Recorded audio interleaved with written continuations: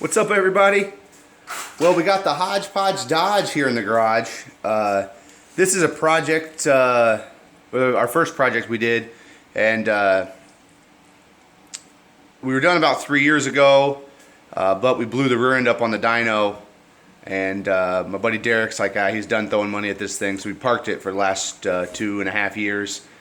And then we just swapped the 8.8 in it. So this was his 64 D100. He bought it. And he's like, I'm going to swap a Cummins in this thing. So this is what we did instead.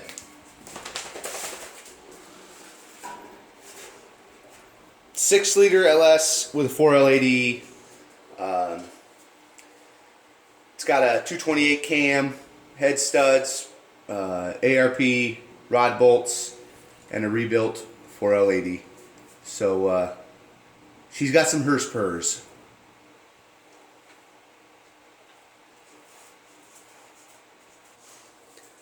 But not only did he want to do a Cummins swap and we did an LS swap, he goes, hey, I want to do a Crown Vic front suspension. So the problem was our frame rails looked kind of like this. They were bowed out. So we had to make cuts here, here, and here on one side. And then we took a ratchet strap, pulled this side in, welded it, and then boxed it in so it's sturdier than it was before we started, and then did the opposite. Cut on this side, ratchet strapped it in the other half the distance we needed to get to fit. Didn't know what we were doing, but it worked out really nicely. We just have some V-banded stock manifolds. It's got some 80-pound injectors. 10A in line all the way around, Walboro 210 pump in the back, and I don't know if you guys know anything about D100s, but like most pickup trucks, the fuel tank is behind the seat, and that's not good. So we put one underneath the bed. I'll show you here right now. Sorry guys for the poor lighting here, but yeah, it's got a tank, got her strapped in. Here's our 8.8 we swapped, some Rytech coilovers. And then we had to get our drive shaft shortened, so shout out to Inland for making us a drive shaft here. But so this thing should be ready to rumble now. We got the 8.8 in there. It's got disc brakes all around. It's got some hearse purrs. We've got to finish up some exhaust work, as you can see, and some wiring.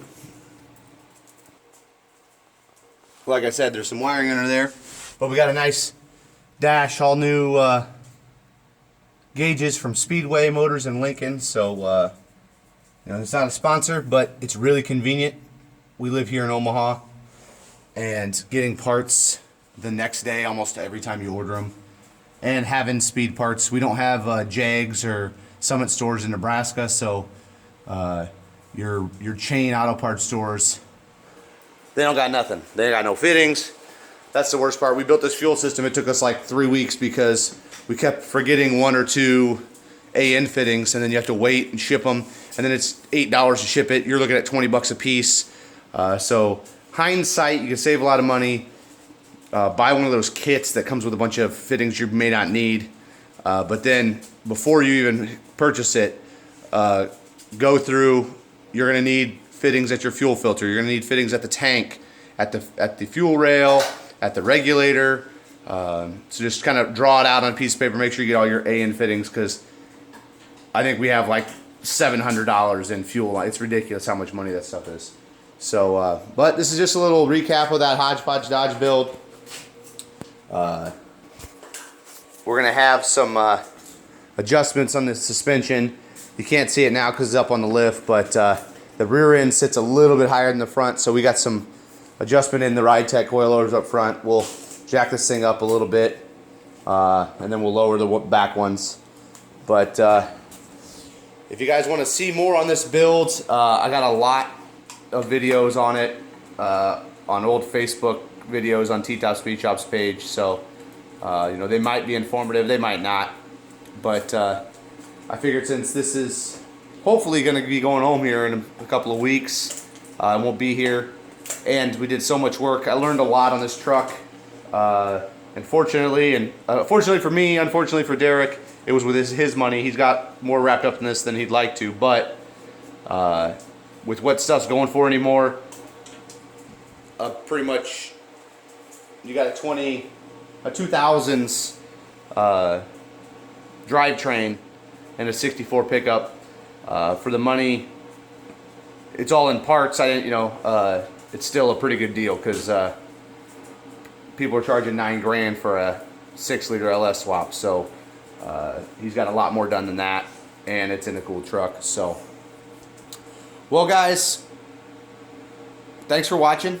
If you got any questions, hit me up in the comments below. If you want to see more videos like this, let me know. As always, T-tops off.